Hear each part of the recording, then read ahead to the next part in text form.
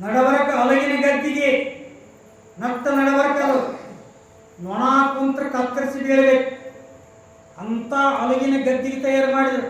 ಅಂತ ಸಮರ್ಥ ಯೋಗಿ ಇದ್ರನ್ನೇ ಅದನ್ನು ಏರಬೇಕು ಗದ್ದಿಗೆ. ನೋಡಿ ಹೆಂಗೆ ತಯಾರು ಮಾಡ್ಯಾರ ಬಸವಣ್ಣವರು. ಅಲಗಿನ ಗದ್ದಿಗೆ ನೊಣ ಕುಂತ್ರ ಕತ್ತರಿಸಿ ಬೀಳಬೇಕು ಅಷ್ಟು ಹರಿತವಾದಂಥ ಸಿಂಹಾಸನ ತಯಾರು ಮಾಡಿದ್ರು. ಮೊದಲದಕ್ಕೆ ಏನು ಮಾಡಿದ್ರೆ ಯಾರು ದೇವರು ಅಧಿದೇವತ ಬ್ರಹ್ಮದೇವ. ನೋಡಿ ಆಧಾರಕ್ಕೆ ಯಾರಾದ್ರಪ್ಪ ಅಂದ್ರೆ ಬ್ರಹ್ಮದೇವ ಅಧಿದೇವತೆ ಅಲ್ಲನ ಭೂಮಿಗೆ. ಆಮೇಲೆ ಸ್ವಾದಿಷ್ಟಕ್ಕೆಲ್ಲ ವಿಷ್ಣು ಪರಮಾತ್ಮ, ಆ ವಿಷ್ಣು ಪರಮಾತ್ಮ ಅಧಿದೇವತೆ ಅದನ್ನ. ಅವಾಗ ನಾವಿ ಹೊಕ್ಕಲ ಆ ಬಾಟ್ಲಿಗೆ ಯಾರಪ್ಪ ಅಂದ್ರೆ ರುದ್ರದೇವ, ಅವ ಅದಕ್ಕೆ ಅಧಿದೇವತನದನ. ಅಲ್ಲಿಂದ ಹೃದಯಕ್ಕೆ ಅಂದ್ರೆ ಎಲ್ಲಿ ಅನ್ನೋ ಪರಮಾತ್ಮ ಎಲ್ಲಿ ಅನ್ನೋ ಬಲ್ಲಂತ ಮಹಾತ್ಮರ ಹೃದಯದಲ್ಲಿನೇ ಅದನ್ನು. ಹಂಗ ಹೃದಯದಲ್ಲಿ ಈಶ್ವರದನ ಪರಮಾತ್ಮ ಇಲ್ಲೇ ಅದನ್ನ, ನಮ್ಮ ಹೃದಯಗನ ಅದನ್ನ. ತಿಳ್ಕೊಳ್ಳುವಂಥ ಶಕ್ತಿ ನಮ್ಮಲ್ಲಿಲ್ಲ, ಕಳ್ಕೊಂಡು ಬಿಟ್ಟೇವು ನಾವು. ಹಂಗ ವಿಶುದ್ಧಿ ಏನಪ್ಪ ಅಂದ್ರೆ ಸದಾಶಿವ, ಅವ ಅದಕ್ಕೆ ಅಧಿದೇವತೆ. ಆಮೇಲೆ ಆಜ್ಞಾಕ್ಕೆ ಯಾರಪ್ಪ ಅಂತಂದ್ರೆ ಮಹೇಶ್ವರ, ಮತ್ತು ಶಿವಚಕ್ರಿಕ ಪರಮೇಶ್ವರ, ಪರಶಿವ ಸರ್ವೇಶ್ವರ. ಇಷ್ಟು 9 ಮಂದಿ ದೇವತೆ, 9 ಬಾಗಿಲಿಗೆ ಒಬ್ಬೊಬ್ಬರಿದ್ರು ಪ್ರಭುದೇವರಿಗಾಗಿ. ಇವರೆಲ್ಲರಿಗೂ ಶ್ರೇಷ್ಠವಾದಾಗ ಯಾರಪ್ಪ ಅಂತಂದ್ರೆ ಪ್ರಭು. ಅವಾಗ ಕತ್ತಿ ಮೇಲೆ ಬಂದು ಕುಂದ್ರಬೇಕಲ್ಲ, ಆಸಕ್ತಿ ಪಡ್ಕೋಬೇಕಲ್ಲ. ಅದಕ್ಕ ನಾವು ಏನಂತಂದ್ರು, ಪಡವಿಗೆ ಅತಿ ಧೀರರು, ಕೊಡೆಯಕಲ್ಲವರು, ಬಡತನಕ್ಕೆ ಬಗ್ಗರು, ಸಿರಿತನಕ್ಕೆ ಇಗ್ಗರು, ಕಡಿಯಾಟದವರು, ಕೊಡೆಕಲ್ಲರು, ಗುರುನುಡಿಯ ಕಡ್ಗಲವರು. ಕೊಡೆಕಲ್ಲರು ಎಂಥ ಕಡ್ಗ ಇದೈತಿಪ್ಪ ಅಂತಂದ್ರೆ ಗುರುನುಡಿಲಿ ಒಂದು ಕಡ್ಗ. ಈ ಗುರುನುಡಿಲಿಂದ ನಾವೇನು ಬೇಕಾದ್ದು ಮಾಡಬಲ್ಲೆವು. ಹೆಂಗ ಬಸವಣ್ಣ ಆ ಗುರುನುಡಿಲಿಂದನೇ ಆ ಸಿಂಹಾಸನ ಅಂತದ್ದು ರಚನೆ ಮಾಡಿದ. ಇಷ್ಟೆಲ್ಲ ಸಿಂಹಾಸನ ರಚನೆ ಆದಾಗನೇ ಅಲ್ಲಿ ಬಸವಣ್ಣನವರು ಬೆಳಗಿ ದರ್ಪಣ ತಿರುವಿ ನಿಲ್ಲಿಸಿದ, ನಾಲಿಗಿಲ್ಲದ ಗಂಟೆ ಕಟ್ಟಿದ, ಮೇಲುವಾದ್ಯ ಬೇರಿ ತಮ್ಮಟ ಕರಡಿ ಕಂಶ.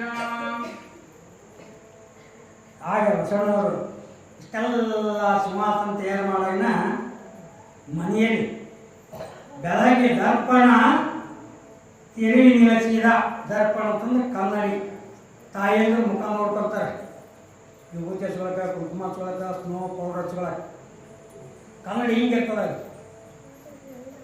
ಬಸವಣ್ಣ ಏನು ಮಾಡಿದ, ಅದೇ ಕನ್ನಡಿಯಿಂದ ಹಿಂಗೆ ಉಲ್ಟಾ ಹಾಕಿದ. ಪ್ರಭುದೇವ ಆಕಾಶದಿಂದ ಬಂದದ್ದು ಆ ಕನ್ನಡಿಯಲ್ಲಿ ತನ್ನ ಹಿಂದೆ ಕಾಣಬೇಕದು. ನೋಡು, ಕನ್ನಡಿಯನ್ನ ತಿರುವಿ ನಿಲ್ಲಿಸಿದ, ನಾಲಿಗೆಲ್ಲದ ಗಂಟಿ ಕಟ್ಟಿದ. ಈ ಗಂಟಿಗೆ ನಾಲಿಗೆ ಐತಿಲ್ಲ, ಅದನ್ನು ಬಡದಾಗ ಡಣ್ ಡಣ್ ಅಂತ ಶಬ್ದ ಬರ್ತದೆ. ಆ ನಾಲಿಗೆ ಇಲ್ಲ, ಅದು ಬರೀ ಗಂಟಿ ಕಟ್ಟಿದ. ಆ ಮಹಾತ್ಮ ಈ ಭೂಮಿಗೆ ಇಳಿದ ತಕ್ಷಣವೇ ಆ ಗಂಟಿ ಶಬ್ದ ಆಗಬೇಕು, ಡಣ್ ಡಣ್. ಅವಾಗ ನಮ್ಮ ಗುರುದೇವ ಬಂದ ಅಂತ ಅದಕ್ಕೆ ಸೂಚನೆ ಅದು. ಅವಾಗ ಮುಂದೆ ಮೇಲು ವಾದ್ಯ ಬೇರಿ ತಮ್ಮಟ ಕರಡಿ ಕೌಶಾಲ, ಆಲಯವ ಶೃಂಗರಿಸಿ ಸಂಭ್ರಮವ, ಕಾಲಾಂತಕ ಬರುವ ಬರಲಿಗೆ. ನೋಡಿ ಹೆಸರು ಹೆಂಗದ, ಕಾಲಾಂತಕ. ಕಾಲವನ್ನು ಮೀರಿ ನಿಂತಾವ, ಅವನಿಗೆ ಏನಂತಾರ ಕಾಲಾಂತಕ. ಕಾಲಾಂತಕ ಅಂತಾರೆ. ಪರಮಾತ್ಮನಿಗೂ ಕಾಲಾಂತಕ ಅಂತ ಹೆಸರು. ಪರಮಾತ್ಮನ ಸರಿಸಮಾನ ಅವ್ರ ಚೈತನ್ಯ ಅವ್ರ ಚೈತನ್ಯ ಒಂದೇ. ಜಗತ್ತದಾಗ ಆಟ ಆಡ್ತಾರೆ ಒಂದು ಹೆಸರು ಇಟ್ಕೊಂಡವ್ರು. ಹಂಗ ಕಾಲಾಂತಕ ಬರುವ ಬರವಿಗೆ ವಿಶಾಲ ಬಸವೇಶ್ವರ ಮನದ ಬೆಳಗಿನ ಅರವು ಮಾಡಿದ. ನೋಡು, ವಿಶಾಲ ಬಸವೇಶ್ವರ ಜಗತ್ತೆಷ್ಟು ವಿಶಾಲ ಐತಲ್ಲ, ಅಂತ ವಿಶಾಲವಾದಂಥ ಭಾವನೆ ಇದ್ದಂಥ ಮನಸ್ಸಿದ್ದಂಥ ಬಸವಣ್ಣ ಯಾರೇ ಆಗಿ ಅರಸ್ಲಕತ್ತಿದ್ದ ತಿಳ್ಳಕತ್ತಿದ್ದ ಗುರುವಿಗಾಗಿ. ಅವಾಗ ಇಷ್ಟೆಲ್ಲ ಮಾಡಗನ ಅದು ಪ್ರಭುದೇವಿ ಗುರುತಾಯ್ತು. ಓಹೋ, ಬಸವಣ್ಣ ನನ್ನ ಸಲಾಗಿ ಇಷ್ಟೆಲ್ಲ ಆಡಂಬರ ಮಾಡಾಕತ್ಯಾನ. ಈ ಜಂಡಾಟವನ್ನು, ಈ ಆಡಂಬರವನ್ನು ಇಷ್ಟು ದಿನ ಏನು ಮಾಡ್ಯಾನಲ್ಲ, 1,96,000 ಜಂಗಮರಿಗೆ, 101 ಮಂದಿ ಸತ್ಯಚರಣರಿಗೆ, 63 ಮಂದಿ ಗಣಪುರಾತರಿಗೆ, 770 ಅಮರಗಣದ ಸಿದ್ದೀಸರಿಗೆ ಏನೇನು ಮಾಡಲಿಲ್ಲ, ಇದನ್ನೆಲ್ಲ ಡಂಬರಾಟ ಆಡ್ಯಾನ ಬಸವಣ್ಣ. ಪ್ರಭು ಅನ್ನಾಗತ್ತೇನ ಬಸವಣ್ಣ ಇದೊಂದು ಡಂಬರಾಟ ಎಬ್ಸ್ಯಾನ ಕಲ್ಯಾಣದಾಗ. ಈ ಡಂಬರು ಬಂದಿರ್ತಲ್ಲ, ಡುಬು ಡುಬು ಡುಬು ಡುಬು ಡುಬು ಡುಬು ಸಪ್ಪಳ ಮಾಡಿರ್ತಾರೆ, ಇಡೀ ಜನನ ಕಿಕ್ಕರು ಸೇರ್ಬಿಡ್ತಾರೆ. ಎಲ್ಲ ಬಂದದ ಎಲ್ಲ ಬಂದದ ಎಲ್ಲ ಬಂದದ ಎಲ್ಲ ಬಂದು ನೋಡಕ್ಕಂತ. ಹಂಗ ಪ್ರಭು ಬಸವಣ್ಣನಿಗೆ ಇರ್ತಾನೆ. ಬಸವಣ್ಣ ಡೊಂಬರಾಟ ಆಡಕತ್ತೇನೆ ಅಲ್ಲಿ ಕಲ್ಯಾಣದಾಗ. ಆ ಡೊಂಬರಾಟವನ್ನ ನಾವು ನೋಡ್ಬೇಕಂತೇಳಿ ಏನಂತ ಡಂಬಕ ಭಕ್ತಿಯಲ್ಲಿ ಬಸವನು ಡೊಂಬರಂದರಿ ನೆನೆದು ಜಂಗಮ. ಶಂಭುವಿನ ರೂಪೆರುತ ಮನುಜರ ಪಾದ ಪೂಜೆ ಮಾಡುತ್ತಲೇ ಏನ್ ಡೊಂಬರಾಟ ನಡೆಸಿದ್ದ? 1,96,000 ಮಂದಿ ಜಂಗಮರಿಗೆ ನಿತ್ಯ 3 ವೇಳೆ ಏನ್ ಮಾಡ್ತಿದ್ದ? ಅವ್ರು ಪಾದ ಪೂಜೆ ಮಾಡ್ತಿದ್ದ.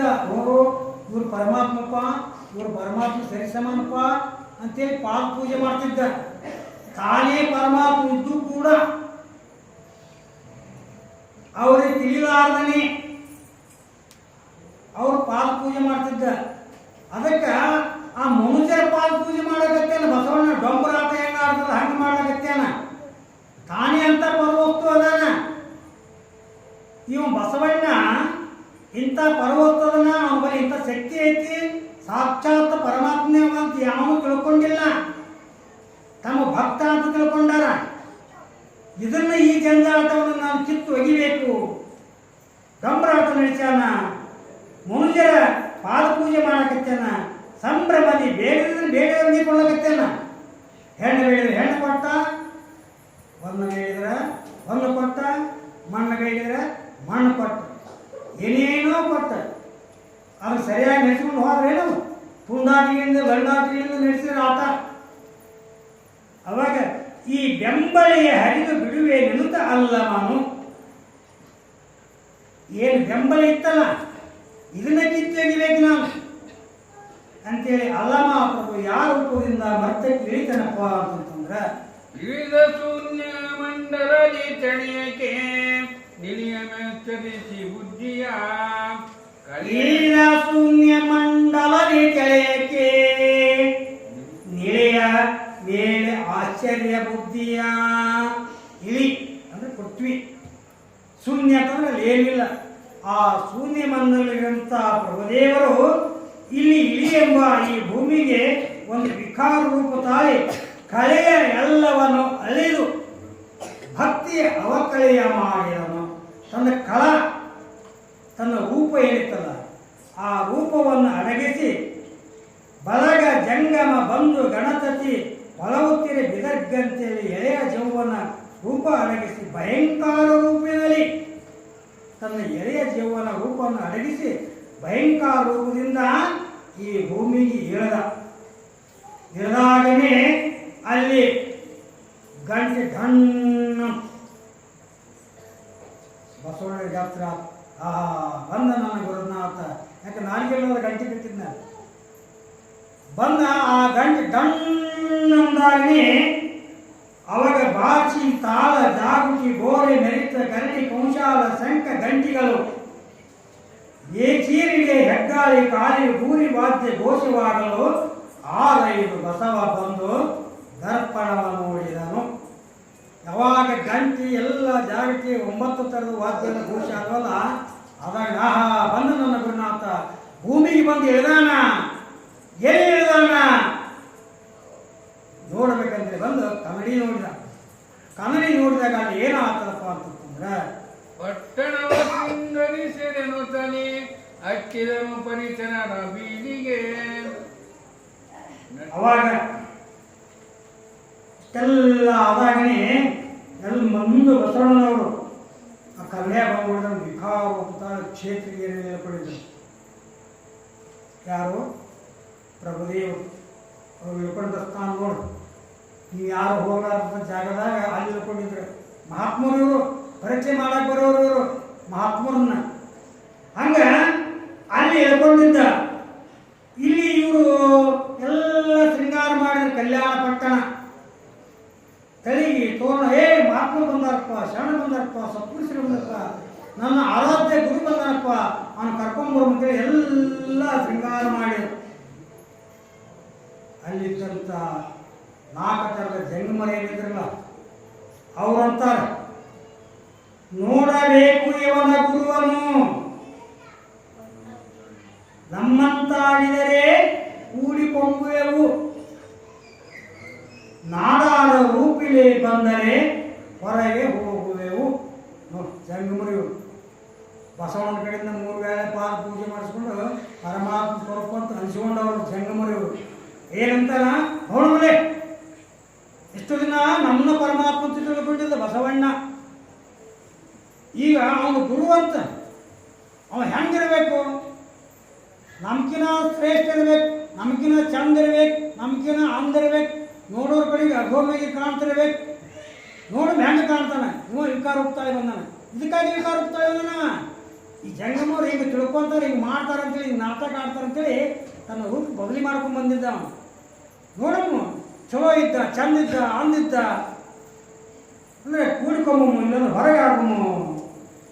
ಅವಾಗ ಗಾಡಿಕಾರ ಬಸವ ಮತ್ತೊಬ್ಬನ ಮಾಡಲಿಕ್ಕೆ ಮಂಟಪ ರಚಿಸಿದ. ಗಾಡಿಕಾರ ಬಸವಣ್ಣ ತನ್ನ ಗುರು ಬರ್ತಾನಂತ, ತನಕಿನ ಶ್ರೇಷ್ಠ ಅಂತ 9 ಬಾಗಿಲ ಮಂಟಪ ತಯಾರು ಮಾಡ್ಯಾನ. ನೋಡಮ್ಮ ಗುರು ಹೆಂಗದನ, ನಾನು ನೋಡ್ಬೇಕು, ನೀನು ನೋಡ್ಬೇಕು ಅಂತೇಳಿ ಎಲ್ಲ ಸಕಲ ಜಂಗಮರು ತಮ್ಮೊಳಗನೆ ಯುಕ್ತಿ ಹುಡುಕಾಡ್ತಿದ್ರು. ಕಕುಲಾತಿಯಲ್ಲಿ ಮತ್ತೊಬ್ಬನ ಪ್ರಕಟದಿಂದಲೇ ಕರೆದು ತಂದರೆ, ನೋಡಿ ಕಕುಲಾತಿಯಿಂದ ಪ್ರೀತಿಲಿಂದ ಬಸವಣ್ಣ ಮತ್ತೊಬ್ಬನ ಕರ್ಕೊಂಡ್ ಬರ್ಲಾಕತ್ತಾನ. ಸಕಲ ಸಮ್ಮತ ಆದರೆ ಒಲಿತು, ಇಲ್ಲವಾದರೆ ಹೊರಗು.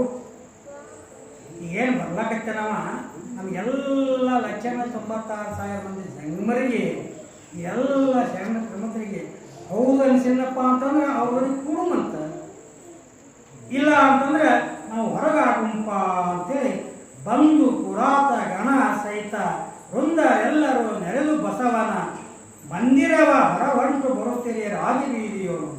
ಸಂತೋಷದಿಂದ ಬಾಜಿ ಬದಂತ ಸಂಕಟ ಬಂದು ಅಂದದಿಂದಲೇ ನೆರೆದು ಬರುತ್ತೀರಿ ಮುಂದೆ ಬಾಗಿಲ ವಾಡದಾಡುತ್ತ ಚಂದದಿಂದಲೇ ಅಲ್ಲ ಮಾತ್ರವು ಮುಹೂರ್ತ ಮಾಡಿದನು.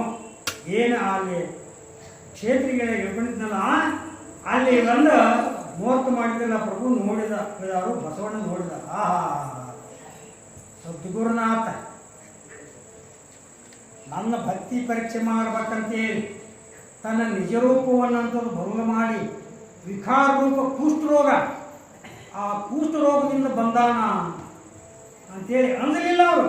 ಮಹಾತ್ಮರು ಸೆಂಡ್ರು ಅನ್ಸ್ತಾರೆ, ಇವ್ರಿಗೇನು ಬೇಕಾಗಿತ್ತು?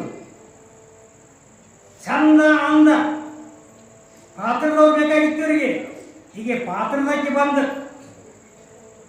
ಅಕ್ಕ ತುಂಬ ಪೌಡರ್ ಬಡ್ಕೊಂಡು, ಸ್ನೋ ಪೌಡರ್ ಬಡ್ಕೊಂಡು, ನೋಡೋರ್ ಮನೆಗೆ ಅಹೋಮಿಯಾಗಿ ತಳ ತಳ ತಳ ಹೊಳೆಂತ ಬಟ್ಟೆ ಉಟ್ಕೊಂಡು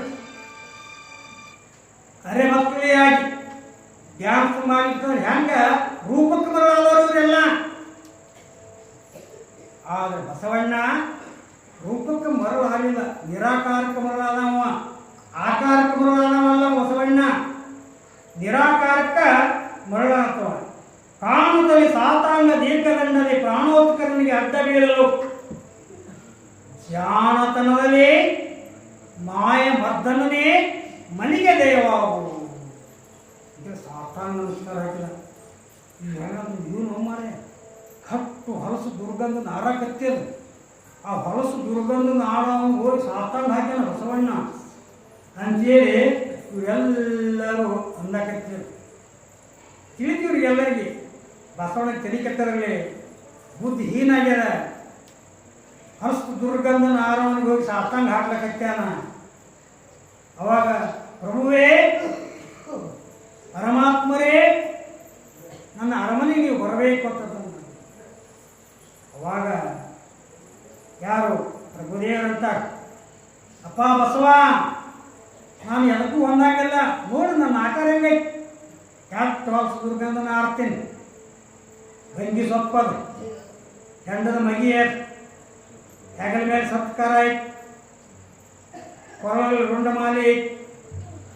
ಇಷ್ಟು ಹೊಲಸ್ತನ್ನ ಆರಾಮಾಗಿ ಕರ್ಕೊಂಡ್ಬರ್ತಿದ್ದೆ ಯಾನಿ ನೋಡು ಬಸವಣ್ಣ, ನಿನ್ನ ಕುಲಕ್ಕೆ ನಿನ್ನ ಧರ್ಮಕ್ಕೆ ಹೊರಗಾಗಬೇಡ. ಅಷ್ಟಾವರಣ ಪೂಜಕರು ನೀವು, ಅದಕ್ಕೆ ಹೊರಗಾಗಬೇಡ. ಬಸವೇಶ ಎಷ್ಟೆಲ್ಲ ಕೇಳಿಲ್ಲ, ಅವ್ರು ನೋಡಿ ಬಿಡಂದೆ. ಪರಮಾತ್ಮ ಬೇಕಾಗಿದ್ದವ್ರಿಗೆ, ನಮಗೇನು ಬೇಕು? ಒಂದು ಹೆಣ್ಣು ಮಣ್ಣು ಬೇಕು. ಮಹಾತ್ಮರಿಗೆ ಗುರುನಾಥ ಬೇಕು, ಜಂಗಮ ಬೇಕು, ಲಿಂಗ ಬೇಕು. ಹಂಗೆ ಅಲ್ಲಿ ಬಸವಣ್ಣರು ಎಷ್ಟು ಚಂದ ಹೇಳ್ತಾರೆ. ಅವರು ಪ್ರಭುದೇವತರ ನೇಣು ಕಟ್ಟಿದ ಲಿಂಗ ಇಲ್ಲ ಬಸವಣ್ಣ, ನನಗೆ ಲಿಂಗ ಇಲ್ಲ, ವಿಭೂತಿ ಇಲ್ಲ, ರುದ್ರಾಕ್ಷಿ ಇಲ್ಲ, ಸಜ್ಜ ಶಿವದಾರ ವಸ್ತುಗಳಿಲ್ಲ. ಹೊರಗೆ ಕ್ಷೋಣಿಗೆ ಅಂದರೆ ಪೃಥ್ವಿಗೆ, ಕ್ಷೋಣಿಗೆ ಹೊರಗಾದವನ ವೈರು ಹೀನನಾಗುವನೆ. ಈ ಪೃಥ್ವಿಗೆ ನಾನು ಹೊರಗದೀನಿ, ಕಡಕದೀನಿ, ನಾನು ಕರ್ಕೊಂಡೋಗಿ ನೀನೇನು ಕೇಳ್ತಿದ್ಯೋ ಬಸವಣ್ಣ? ಇಷ್ಟೆಲ್ಲ ಆಡಂಬರದಿಂದ ಇದ್ದವ ನೀನು, ನನ್ನ ತಗೊಂಡೋಗಿ ನೀನೇನಂತೆ? ಒಲ್ಲೆ ನಿನ್ನ ಅರಮನೆ ಒಳಗೆ ಅಲ್ಲಿ ಒಣಚರ ತುಂಬಿಕೊಂಡಿವೆ, ಎಲ್ಲ ಬದುಕನ್ನು ತಿಂದು ಕಡಿದು ಹಾಳು ಮಾಡುವವು. ಬಸವಣ್ಣ, ನಿನ್ನ ಅರಮನೆಯಾಗ ಏನಂದ್ರೆ 1,96,000 ಮಂದಿ ವನಚರರು. ವನಚರರು ಯಾರು? ಮಂಗ್ಯಾಗಳು. ಮಂಗ್ಯಾಗೊಳಿಸಿದ ಪ್ರಭುದೇವರು 1,96,000 ಜನ ಜಗಮನ್ನ ಎಲ್ಲ ಬದುಕನ್ನು ಕಡಿದು ತಿಂದು ಹಾಳು ಮಾಡುತ್ತಲೇ ನಿಲ್ಲ ಬಡರು ನನ್ನ ನಿಮ್ಮನು ಎಲ್ಲಿ ಹೊರಗಾಗಲು ಹೋಗಬೇಡ, ಸಲ್ಲವನ ಕೂಡಿ ಕೆಡಬೇಡ ಬಸವೇಶ ಅಂತೇಳಿ ಪ್ರಭುದೇವರು ಹೇಳಿದರು. ನಿನ್ನ ಬದುಕು ಭಾಗ್ಯ ಎಲ್ಲ ತಿಂದು ಹಾಳು ಮಾಡಿರ್ತಾವೆ ಮಂಗ್ಯ ಹೋಗಿದ್ದು. ಈ ಮಂಗ್ಯಗಳು ನೋಡ್ತಿದ್ದಿಲ್ಲ, ಗಿಡದಾಗ ಏನಿರ್ತದೆ ಉಳಿಸ್ತಾವಲ್ಲ ಹಣ್ಣು ಹಪ್ಪಳಗಳನ್ನು, ಎಲ್ಲ ಹಾಳು ಮಾಡ್ಯಾರ ಬಸವೇಶ. ನಮ್ಮ ತಗೊಂಡೋಗಿ ನೀನೇನು ಮಾಡ್ತೀನಿಪ್ಪ ಅಂತೇಳಿ ಏನು ಪ್ರಕಾರ ಹೇಳಿದ್ರು ಕೇಳಿಲ್ಲ. ದೃಷ್ಟಾಂತ ಕೊಡ್ತಾನ ನೋಡು ಬಸವಣ್ಣ. ಪ್ರಭುದೇವರಿಗೆ ಕೇಳ್ತಾನೆ, ಏನಂತ ಕೇಳ್ತಾನಪ್ಪ ಅಂತಂದ್ರೆ, ಮಣ್ಣು ಜಾಲಿಸಲು ಚಿನ್ನ ಸಿಕ್ಕಿತು, ಇನ್ನು ಮಣ್ಣಿನ ಹಂಗು ಯಾತಕ್ಕೆ ನಿನ್ನ ಪಾಲ ದೊರಕಿದ. ಅವಾಗ ಬಸವಣ್ಣ ಅಂತ ಪ್ರಭುದೇವರೇ ಉದಾಹರಣೆ ಕೊಡ್ತಾರೆ, ದೃಷ್ಟಾಂತ. ಮಣ್ಣು ಧ್ಯಾನಿಸಲು ಚಿನ್ನ ಸಿಕ್ಕಿತು, ಇನ್ನು ಮಣ್ಣಿನ ಹಂಗು ಯಾತಕ್ಕೆ ನಿನ್ನ ಪಾದವ ಕಂಡ ಮೇಲೆ ಭಯವು ನನ್ನ ಯಾಕೆ? ನೋಡಿ ಹಂಗ ದೃಷ್ಟಾಂತ. ಮಣ್ಣು ಧ್ಯಾನಿಸಲು, ಈಗ ಅಷ್ಟಸಾಲಿಗೆ ಪತ್ತಾರವ ಬಂಗಾರ ಕೆಲಸ ಮಾಡ್ತಾನ, ಬೆಳ್ಳಿ ಕೆಲಸ ಮಾಡ್ತಾನ, ತಾಮ್ರ ಕೆಲಸ ಮಾಡ್ತಾನ, ಕಂಚಿನ ಕೆಲಸ ಮಾಡ್ತಾನ. ತನ್ನ ಕೋಣೆಯಲ್ಲಿ ಕೆಲಸ ಮಾಡೋ ಹೊತ್ನಾಗ ಕಾಸಿ ಬೆಳಿತಿರ್ತಾನ, ಕತ್ತರಿಸ್ತಿರ್ತಾನ, ಏನೋ ಮಾಡ್ತಿರ್ತಾನ. ಅವಾಗ ಅವು ಏನಾಗ್ತದೆ? ಬಂಗಾರ ಚೂರು ಬಿದ್ದಿರ್ತದೆ, ಬೆಳ್ಳಿ ಚೂರು ಬಿದ್ದಿರ್ತದೆ, ತಾಂಬೂರು ಚೂರು ಬಿದ್ದಿರ್ತದೆ, ಕಂಚಿನ ಚೂರು ಬಿದ್ದಿರ್ತದೆ. ಅವ ಅದನ್ನ ಕಸ ಹೊಡಿತಾನ, ಹೊಡೆದು ತಿಪ್ಪಿಗೆ ಚೆಲ್ತಾನೆ. ಏನವ ಭಾಳ ಹುಷಾರವ್ರು ಪತ್ತಾರು.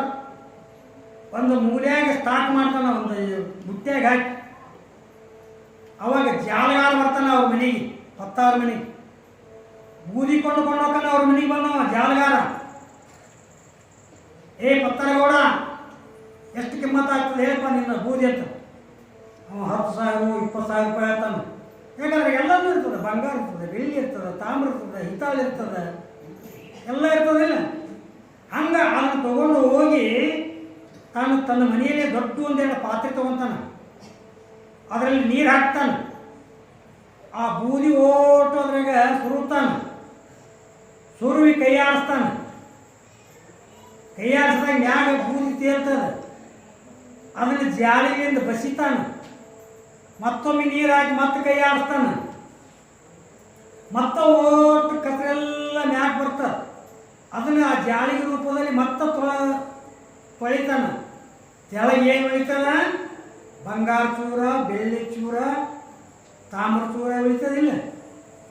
ಮತ್ತು ಜಾಲಗಾರ ಏನು ಆ ಬೂದಿ ತೊಗೋತಾನೆ, ಅಲ್ಲಿ ಆ ಬೂದಿಯನ್ನು ತೊಗೊಂಡು ಕೆಲಸ ಮಾಡ್ತಾನ.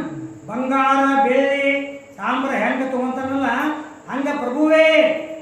ಇಷ್ಟ ದಿನ ನಾ ಏನು ಕಾಯಕ ಮಾಡಿದ್ದಿಲ್ಲ, ಜಂಗಮರ ಪಾದ ಪೂಜೆ ಮಾಡಿದ್ದಿಲ್ಲ, ಅಷ್ಟಾವರಣ ತಿಳಿಸಿಕೊಟ್ಟಿಲ್ಲ. ಅವೆಲ್ಲ ಬೂದಿದ್ದಂಗೆ, ಅವೆಲ್ಲ ವಾಯು. ಈಗ ನೀನು ಚೊಕ್ಕ ಚಿನ್ನ ಬಂಗಾರ ಇದ್ದಂಗೆ, ನೀನು ಚಿನ್ನ ಬೇಕು, ನನಗೆ ಬಂಗಾರ ಬೇಕು. ಆ ಪೂಜೆ ತಗೊಂಡು ನಾನೇನು ಮಾಡೋದು? ಗುರುವೇ, ಪ್ರಭುವೇ, ನೀನೇ ನಮಗೆ ಬರಬೇಕಪ್ಪ ಅಂತ ಅವಾಗ ಹೋಗ್ತಾರ.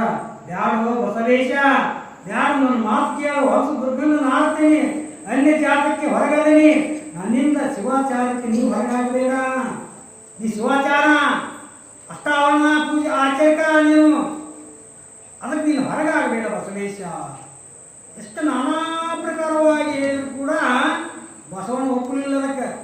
ಯಾಕೆ? ಅವ್ರಿಗೆ ಏನು ಬೇಕು? ಭಗವಂತ ಬೇಕು ಅವ್ರಿಗೆ. ನಮ್ಮಂಗೆ ಆಸಿಕರೇನು?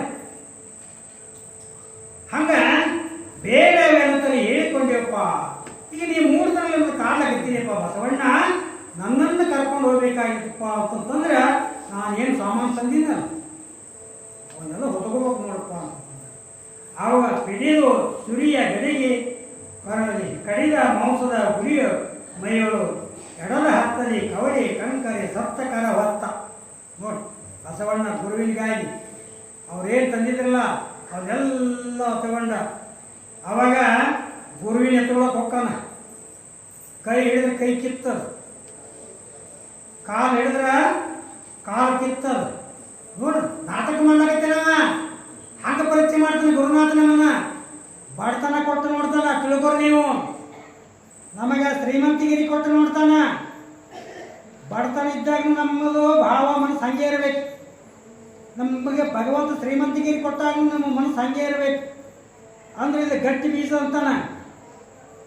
ಅವಾಗ ಪ್ರಭು ಅಂತಂದ್ರೆ ಕೈ ಹಿಡಿದ ಬಸವಣ್ಣ ಕೈ ಕಿತ್ತದ ಕಾಲಕ್ಕೆ ಹಿಂಗಾದ್ರೆ ಬಗೆರ ಅಂತೇಳಿ ಹೆಗಲ ಮೇಲೆ ಶಲ್ಯ ತೆಗೆದ ಬಸವಣ್ಣ. ಹಸಡದ ಶಲ್ಯ ತೆಗೆದ, ಹಸಡ ಹಾಸಿದ, ಸತ್ಯ ಒಡಿಯನ ಮುಹೂರ್ತ ಮಾಡಿಸಿ. ನೋಡು ಶಬ್ದ ಹೆಂಗೆ ಬಳಸ್ಯಾರವರು, ಶರಣ ಶಬ್ದ ಹೆಂಗದ. ಸತ್ಯ ಒಡೆಯ, ಮೊದಲ ಸತ್ಯದವರು. ಸತ್ಯ ಅಂತನೇ ಪರಮಾತ್ಮ, ಸತ್ಯಕ್ಕೆ ಮತ್ತು ಒಡೆಯ, ಪರಮಾತ್ಮನಿಗೆ ಒಡೆಯ. ಸತ್ಯದ ಒಡೆಯನ ಮುಹೂರ್ತ ಮಾಡಿಸಿ, ಸುತ್ತಿ ಮೊಟ್ಟಿಯ ಕಟ್ಟಿ ಹೊತ್ತನು ಬಸವ ಔಷಧಿ.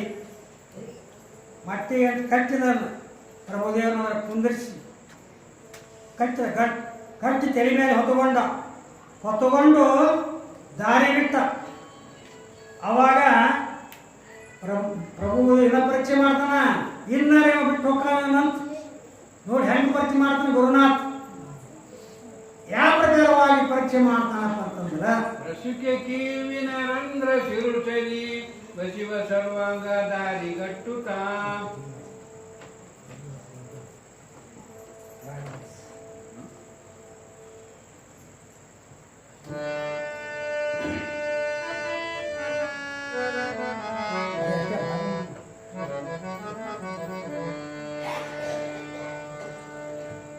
ರಸಿಕೆ ಕಿವಿನ ರಂಧ್ರ ಶಿರುಷದಿ ಬಸವ ಸರ್ವಾಂಗ ದಾರಿ ಗಟ್ಟುತ್ತ. ಮಿಸುಕೆ ನೋಡದೆ ನಡೆಯುತ್ತಿದ್ದನು ರಾಜ ಬೀದಿಯು.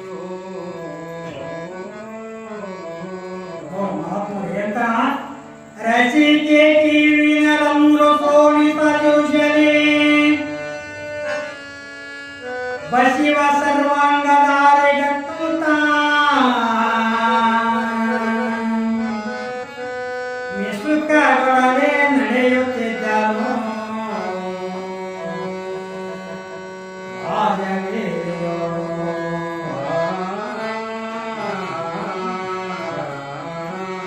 ಈ ಪ್ರಕಾರವಾಗಿ ಏನ್ ಮಾಡಿದ ಪ್ರಭು, ಆ ಏನ ಗಂಟು ಹೊತ್ಕೊಂಡಿದ್ದಲ್ಲ, ಆ ಗಂಟೆಗೆ ಆಚೆ ರಸಿಕೆ ಕೀವ ರಕ್ತ ಸೋರ್ಲಕತ್ತಿತ್ತು ಮೈ ತುಂಬ.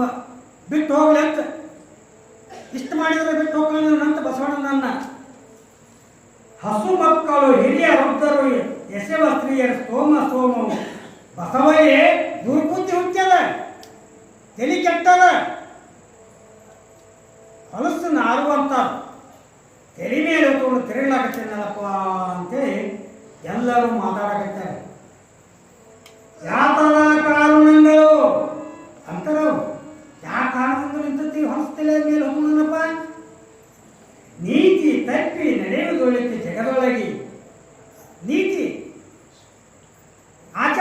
ನಡುವಿ ಹೀಗೆ ನಲ್ಲಾಗತ್ತೇನಪ್ಪ ಬಸವಣ್ಣ ಅಂತ.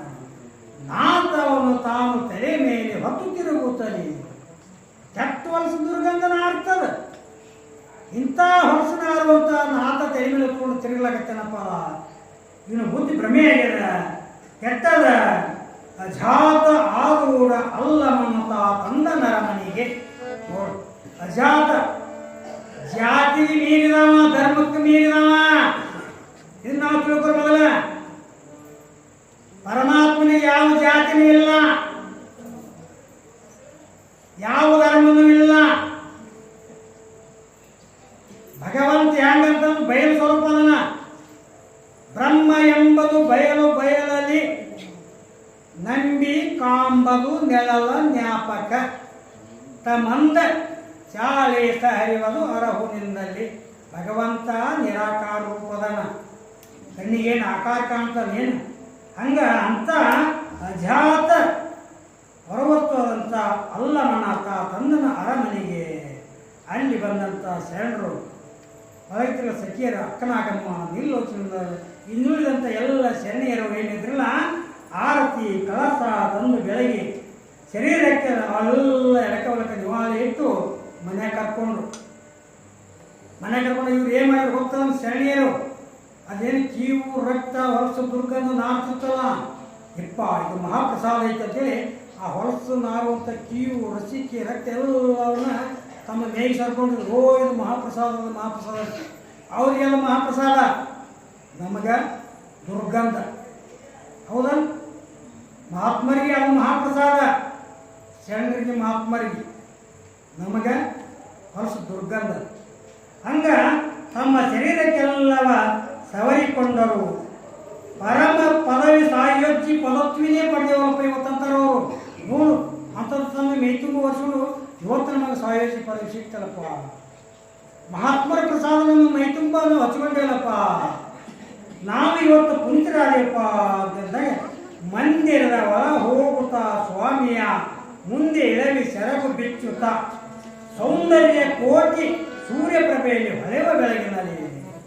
ನೋಡು ಭಗವಂತ ಬಸವಣ್ಣ ತನ್ನ ತಲೆ ಮೇಲಿದ್ದಂಥ ಗಂಟನ್ನ ತನ್ನ ಅರಮನೆಯಾಗ ಹೊರಗಲ್ಲ, ತನ್ನ ಅರಮನೆಯಾಗ ಇಳಿಸಿ ಸೆರಗು ಬಿಚ್ಚಿದ ತಕ್ಷಣನೇ ಒಬ್ಬ ಸೂರ್ಯ ಮೂಡಿದ ಜಗತ್ತಕ್ಕೆ ಬೆಳಗ್ಗೆ ಬೀಳತ್ರ ತಳ ತಳ ತೊಳಿತಿರಲು ಜಗತ್ತೆ. ಹಂಗ ಕೋಟಿ ಸ್ವಲ್ಪ ತಳ ತಳ ತಳ ತಳ ಅಂತ ಬಸವಣ್ಣನ ಅರಮನೆ ಹೊಳೆಯಲಿಕ್ಕತ್ತು ನಿಜ ರೂಪ ತಾಳಿದಲ್ಲಿ. ಇವರಿಗೆ ತಾಳಿದ ಹೊಲಸು ದುರ್ಗಂಧ ತಾಳಿದ ಇವರಿಗೆ. ಯಾರಿಗೆ? 1,96,000 ಮಂದಿ ಜಂಗಮರಿಗೆ, ಶರಣರಿಗೆ, ಅಜಾತರಿಗೆ, ಜಾತ ಜಂಗಮರಿಗೆ ಅಲ್ಲ. ಯಾರಿಗೆ? ಲಂಡ ಜಂಗಮ, ಪುಂಡ ಜಂಗಮ ಅಂತ ನಾವೇನಿದ್ದೀವಲ್ಲ, ಪುಂಡಾಟಿಕೆ ಮಾಡಿದೀವಲ್ಲ ಕಲ್ಯಾಣದಾಗ. ನಮಗೆ ಏನು ಹೊಲಸ್ಕೊಂಡವ್ರ ಅವರಿಗೆ ನಿಜರೂಪ ತೋರಿಸಿದ ಮನೆಯಾಗ.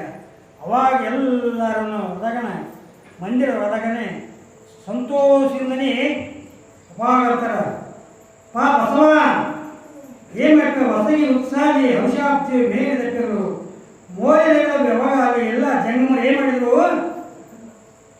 ಬಸವಣ್ಣ ಸಿಂಹಾಸನ ಮಾಡಿದ್ನಲ್ಲ,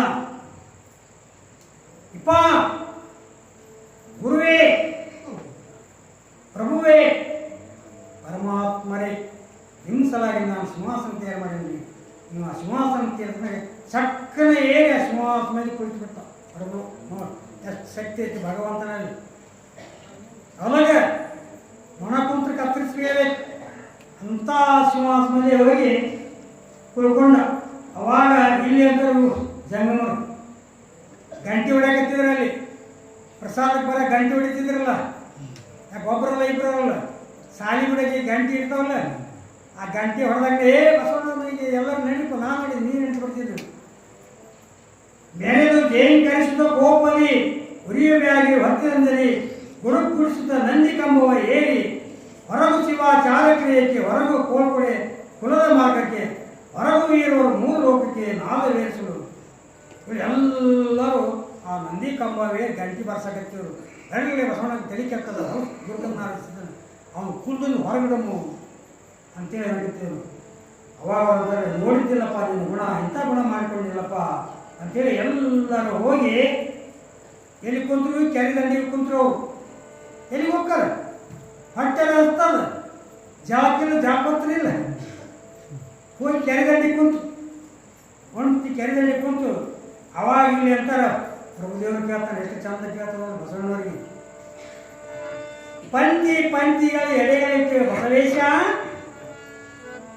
ಸಿಂಹಾಸನ ಮೇಲೆ ಕುಂತು ಯಾಕನ ಬಸವ 4,96,000 ಮಂದಿ ಜಂಗಮರಿಗೆ ತಾತ ಹರಿವಣ್ಣ ರಜದ ಬಲ್ಲಿಗೆ ಹೆಡ್ಡಣಿಗೆ ಇಟ್ಟಿದಿಲ್ಲಪ್ಪ. ಇಲ್ಲಿ ಕುಂತು ಊಟ ಮಾಡೋರು ಹೇಗೆ ಹೋದ್ರು ಅವರು? ಎಷ್ಟು ಚಂದ ಕೇಳ್ತಾನೆ ನಾನು ಗುರುನಾಥ್ ಭಕ್ತನ್ನ. ಇಲ್ಲಿ ಕುಂತು ಪ್ರಸಾದ ಮಾಡೋರು ಎಲ್ಲಿ ಹೋದ್ರಪ್ಪ? ಅಂತೂ ಕರೆದು ತಂದು ಉಳಿಸಿ ಕಳಿಸುವುದಪ್ಪ ಬಸವ. ಅವ್ರೇನು ಇಲ್ಲಿ ಕುಂತು ಊಟ ಮಾಡೋರು ಹೋಗ್ಯಾರಲ್ಲ, ಕರ್ಕೊಂಬರಪ್ಪ ಅಂತ ನೋಡು ಗುರುನಾಥ ಹೇಳ್ತಾನೆ. ಅವ್ರೆಲ್ಲಿ ಹೋಗ್ಯಾರ? ಚಟಕೊಂಡು ತ್ರಿಪುರ ಅಂತ ಕೆರೆಗೆ ಹೋಗ್ಯಾರ. ಅವಾಗಂತಾನ ಗುರುನಾಥ, ಮುಂತು ಅನುಜ್ಞೆಯ ಕೊಂಡು ನಡೆದನು. ಗುರುನಪ್ಪಣೆ, ನನಗೆ ಯಾರು ಬೇಡ ಆಗಿರ್ತಾರೋ ಅವ್ರ ಮನೆಗೆ ಹೋಗೋದು ಹೋಗ್ಬೇಕು, ಗುರು ಹೇಳಿದಂಗೆ ಕೇಳಬೇಕು. ಅದು ಗುರುವಿನ ಆಜ್ಞೆ. ಅದು ಪರಿಪಾಲನೆ ಮಾಡಿದಾಗ ನಾವು ನಮಗೆ ವೈರಿ ಇರೋಲ್ಲಕ್ಕವ. ಗುರುನಾಥ ನಿಮ್ಮನ್ನ ಕರೆಸಿ ನಿನ್ನ ವೈರಿ ಇರೋಲ್ಲಕ್ಕವ. ಇಲ್ಲಪ್ಪ ಹಂಗೆ ಹಾಕ್ಬಾರ, ನೀವು ಅವ್ನ ಮನೆಗೆ ಹೋಗಲೇಬೇಕು. ಗುರುವಿನ ಅಪ್ಪಣೆ ಆಪತ್ತಲ್ಲಿ ಹೋಗಲೇಬೇಕು. ಇಲ್ಲಾಂದ್ರೆ ನಾವು ರವಿರನ್ನ ಹಾಕಿಟ್ಕೊಳ್ತೇವೆ. ಹಿಂಗೆ ಬಸವಣ್ಣ ಮನಸ್ಸು ಎರಡು ಮಾಡಲಿಲ್ಲ. ತನಗೆ ಏನು ಬೇಯಿದ್ರು ಆ ಬೇಯಗಳು ನೋವು ಮನಸ್ಸಿಗೆ ಹಚ್ಚಲಿಲ್ಲ. ಅವಾಗ ಪ್ರಭುದೇವರ ಅಪ್ಪಣೆ ತೆಗೆದುಕೊಂಡು ಬಸವಣ್ಣವರು ಅವ್ರು ಕರೆದಾಕೋರು. ಅವಾಗ ಚಿತ್ತೈಶ್ವರ್ಯನನ್ನು ಸಾಷ್ಟಾಂಗ ನಮಸ್ಕಾರ ಮಾಡಿದನು. ಅಪ್ಪ ಜಂಗಮೂರ್ತಿಗಳೇ ಬರೀಪ್ಪ, ಸಾಕ್ಷಾತ್ 7 ಜನ್ಮ ಪಾವನ ಮಾಡುವಂತಹ ಪರವಸ್ತು ಬಂದಾನ ಭೂಮಿಗೆ, ನಿಜರೂಪದಾಳೇನಪ್ಪ. ಬಂದು ನೋಡೋದು ನೋಡಿ ನೀವು. ನಿಮ್ಮ ಮನಸ್ಸಿಗೆ ಹೌದು ಅನಿಸಿದ್ರೆ ಬರ್ರಿ, ಮನೆಗೆ ಬರ್ರಿ, ಇಲ್ಲಾಂತಂದ್ರೆ ಬಿಡ್ರಿಪ್ಪ ಅಂತಂದ. ಅವರ ಮಾತಿಗೆ ಏನು ಅನ್ನಬೇಕು? ಜಂಗಮರು ನೋಡು, ಗಂಡ ಜಂಗಮ ಪುಂಡ ಜಂಗಮರು. ಪಂಥವಿಲ್ಲವೇ ಎನ್ನುತ್ತ ಕಲ್ಲಿನ ಇಟ್ಟ ಕಾರ್ಮಲೆಯ. ಏ ಬಸವಣ್ಣ, ನಮಗೇನು ಪಂಥಿಲ್ಲೇನು? ನಮಗೇನು ಯಾವಿಲ್ಲೇನು? ನಿನ್ನ ಮನೆ ಒಂದು ಬರ್ಲಕ್ಕೆ ಕೆಟ್ಟ ವರ್ಷ ದುರ್ಗಂಧನ ಆರತ್ತನ್ನು ಮನೆಯಾಗ ಇಟ್ಟಿದ್ದಿ, ನಮ್ಗೆ ಕರ್ಕೊಂಡು ಹೋಗಿ ಬಂದಿದ್ದೆ. ಯಾವ ತೊಗೊಂಡು ನೋಡಿದ್ರೆ ಬಸವಣ್ಣ ಹಾಕ್ಬೇಕು. ಅದೇ ಜಂಗಮರು, ಗಂಡ ಜಂಗಮ ಪುಂಡ ಜಂಗಮ. ಜಾತ ಜಂಗಮ ಅಜಾತ ಜಂಗಮರಲ್ಲ, ಅವರು ಪರಮಾತ್ಮ ಸ್ವರೂಪಿಗಳವರು. ಹಂಗೆ ಕಲ್ತ್ಕೊಂಡು ಹೊಡೆದ್ರು. ನೀತ ಹೋಗೋ ಎಲ್ಲವೋ ನಾಚಿಕಿಲ್ಲವೇ? ದುರಾಚಾರ್ಯ ಕರ್ಕೊಂಡು ಮನೆಯೊಳಗಿರಿಸಿ ನಮ್ಮನ್ನ ಕೆಳಗೊಂಡಿದೆ ಕೂಚನಾಡಿ ಅಪಕೀರ್ತಿಯಿಂದಲೇ ಈ ಕೂಚೆಗಳು ದುರ್ವಾದದಿಂದ ನಡಿಲಕತ್ತಿದೆ. ಯೋಚಿಸಿ ಮಾಡಿದಿ, ನಿನ್ನ ಮನಸ್ಸು ಬಂದಂತೆ ಕಾರ್ಯ ಮಾಡ್ಲಕತ್ತೀರಪ್ಪ ಬಸವ. ನಾವು ಬರಂಗಿಲ್ಲ ಹೋಗು ಅಂತ ಕಲ್ತ್ಕೊಂಡು ಹೊಡೆದ್ರು. ಅವಾಗ ಬಂದರು ಯಾರು? ಬಸವಣ್ಣ ಹೊಳ್ಳಿ ಬಂದರು. ಹೊಳ್ಳಿ ಬಂದಾಗನೇ ಕಲ್ಲಿಲಿಟ್ಟರು ಸಕಲ ಜಂಗಮ ಎಲ್ಲ ಲಿಂಗವು ಒಂದು ರಾಶಿಯು.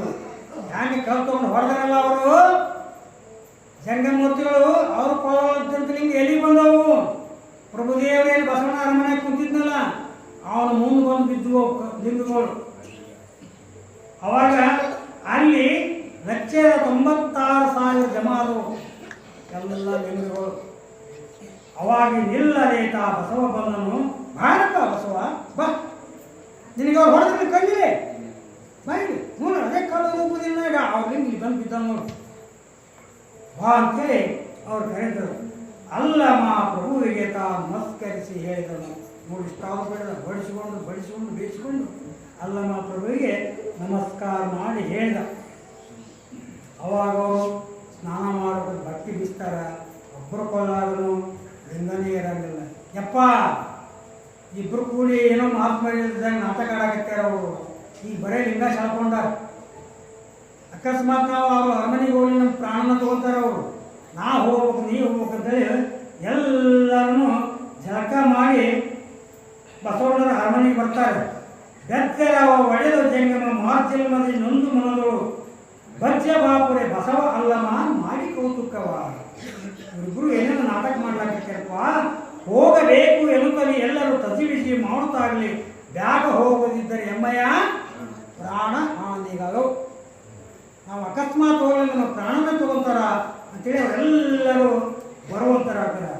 ಅವಾಗ ಅಂದಾಗನೇ ಮ್ಯಾಗ ಶಿವಸೂತ್ರ ಬಸವಾಗ ಅಲ್ಲ ಮಗಲ್ಲದೆ ನಮಗೆ ಅಲವಡದೆ ಅಂತ ನಾವು ನೋಡಿದ್ರು ಬಂದು ಮೂಡ ಹೋಗುದು ಏನಪ್ಪ ಅಂತ ಮೂಡಾಗ ಮೂಡ ಹೊಂದಿದ್ದ ಮನ್ಯಾಗ ನೋಡ್ತಾರ ತಳ ಅಂತ ಬೈತಾರೆ ಅಂತೇಳಿ ಕೂಡಿ ಮಾತಾಡುತ್ತಲೇ ಎಲ್ಲರೂ ಗಾಢನೆ ಬರುತ್ತೇವೆ ಮನೆಯ ಮುಂದೆ ನೋಡಿ ಬಾಗಿಲ ದಾರಿ ಒಂದರ ಮೇಲೆ ಪ್ರಣಾಮವನ್ನು ಬಸವಣ್ಣನವರು ಅರಮನೆ ಮೇಲೆ ಮೊದಲು ಏನು ಬೋರ್ಡ್ ಇತ್ತು ಏನಿತ್ತು ಬೋರ್ಡ್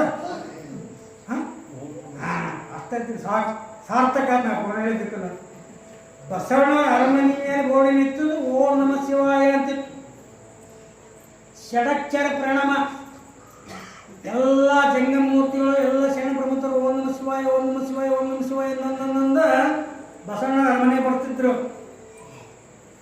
ಪ್ರಭು ಬಂದು ಏನು ಮಾಡಿದ ಈಗ ಇವರೆಲ್ಲರಿಗೂ ನಾಟಕ ಮಾಡ್ಬೇಕಂತೇಳಿ ಆ ಬೋರ್ಡ್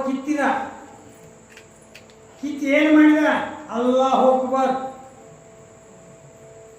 ಅಂತ ಬೋರ್ಡ್ ಬರೆಸಿ ಓಂ ನಮ ಶಿವಾಯ ಅಳಕಿಸಿ ಅಲ್ಲಾಹು ಅಕ್ಬರ್ ಅಂತ ಬೋರ್ಡ್ ಹಾಕಿ ನೋಡಿದ್ರು ಏನೇನು ಹಾಕ್ಯಾರ ಹೋಗ್ತಿದ್ರು ನಮ್ದೆಲ್ಲರೂ ಬೈಲೇ ಇರ್ತಾವ್ರು ಇಲ್ಲಿ ಅಂತ ಅವಾಗ ಗಾಡಿ ಕಾರನ್ನು ಬರದ ಕಲ್ಮಿಯು ಕಲ್ಲು ಅಂತಾರೆ ಅವರು ಮುಸ್ಲಿಮರು ನಾವು ಅಕ್ಷರ ಅಂತೇಳಿ ಎರಡು ಒಂದೇ